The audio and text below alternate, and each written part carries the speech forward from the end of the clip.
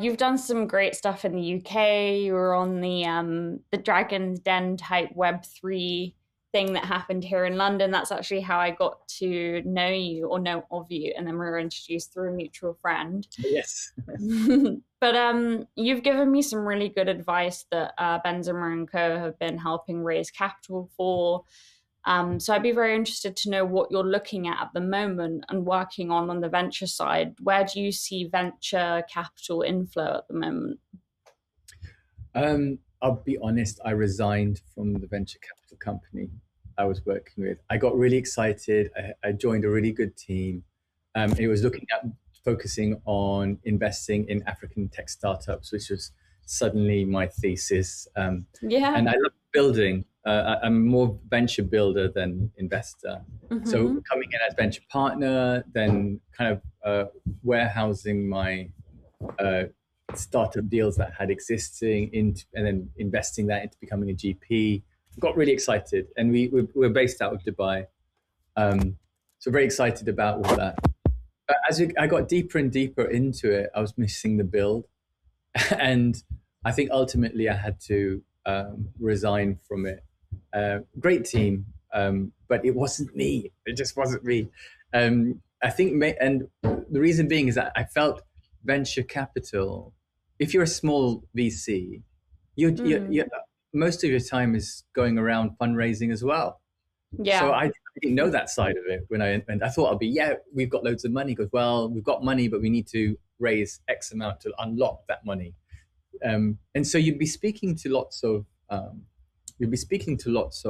startups and promising, they'll be jumping through hoops, and I've been there as well. So and you can see their mistakes, you can see their what's wrong, and you're tempted to tell them what to do, but you can't. Um, and uh, and the and some of them, we chose some of them, we built, had a portfolio that we want to invest in. But Mm. ultimately, what young or small VCs are doing is they're going out to startups saying, jump through hoops. We don't actually have the money. We're actually a bit of a zombie. We're raising funds ourselves. But then the fund of funds that's going to invest in it says, let's see your portfolio. So jump through hoops. So then we'll say, yes, we may give you a term sheet or not, but can we use your name on our portfolio because I we're raising? see. Yeah. Right? And for me, that's the VC world. Thousands of Yeah. VCs with one man shows have made a bit of money from an exit or a divorce or something, are doing like are doing this. So I think there's a handful of proper VCs, right? That if you get through, great. But for me, my experience, like there's a lot of, I'll be honest, there's a lot of zombie VCs also raising money as well, and then you get these. I think it's.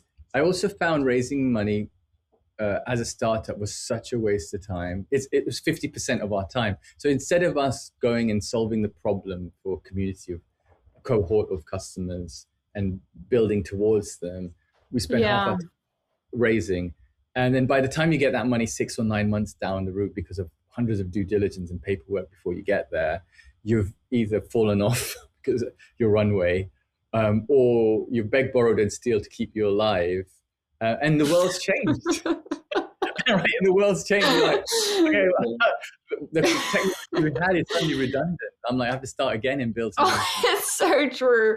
Building in tech is like the most ridiculous race to fulfill the gap in the market. And honestly, it's all timing. And the moment you find that gap and just build towards fulfilling it, is pretty much a better thing to do than potentially try and raise a load of capital off the bat, right?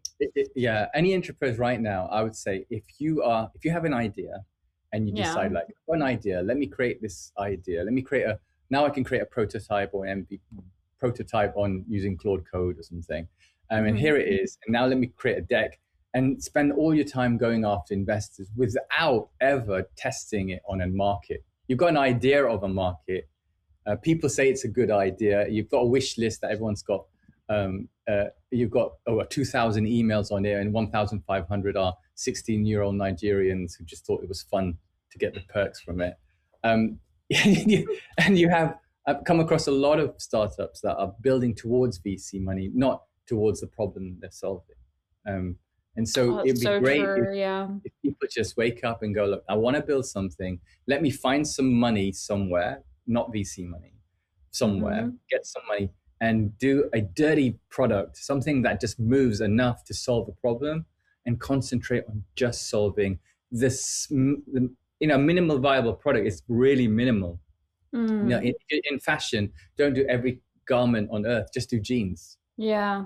For example, if you're in food industry, don't do every food, just do like sweets. It's just focus on one thing and do one thing really well before you move on to Mhm. the next.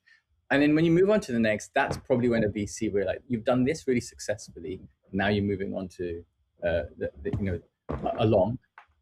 Maybe you need a bit of money, but you'll know exactly how much money you need because the cost of acquisition of that customer base to solve Yeah. to you'd get that formula. And once it's formulaic, you can go to a VC and go, if you give me X, I can deliver Y very cleanly. Here's my spreadsheet. Boom, easier to get money rather than bells and whistles, lots of promises. And then the other thing I found is you spend a lot of time pitching to entrepreneurs, spend a lot of time getting meetings with investors, but but the thesis are not matched. And as a VC, I Mm. realized I had a strict thesis, and people would come to me and go, "I've got a great product in." There was a great product in South Korea I really liked, but our Mm. thesis was entrepreneurs in Africa, and Yeah. so I wanted to invest in them. So I said, "Hey, what are you doing? Like, we're building like these K-pop avatar. It's a K-pop, Nice. their digital avatars." Hmm. And I'm like, this is going to rock. Oh my God, it's brilliant. But I'm sorry, we only invest in Africa. And they're like, they came back and go, how about an Afrobeat pop? Yeah. I'm like, I'm looking around, you're on. let's get Mauthoor cheese. Just like the ridiculous things that we do to pivot towards the VC's needs rather than the actual like customer acquisition process, which is the most important thing. I'm hearing this because we've got a large investor network in Ben Zimmer and Co. And we do work with a lot of VCs, and we've had a few VCs on the podcast.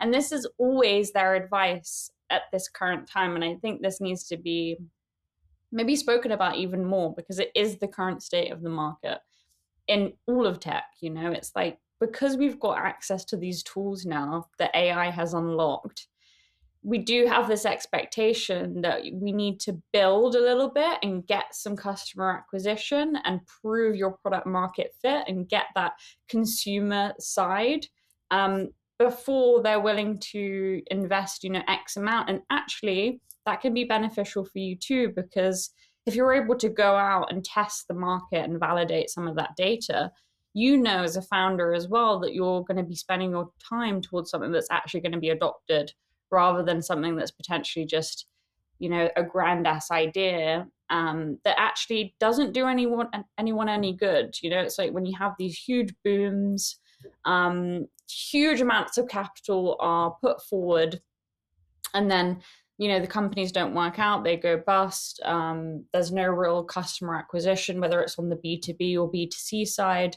And then where does that leave everyone? So it's a very pinnacle stage that's going on in VC, in tech, in startups. And it's going to be really interesting to see how the next 2 years unfold with this new energy that we're all dealing with as builders.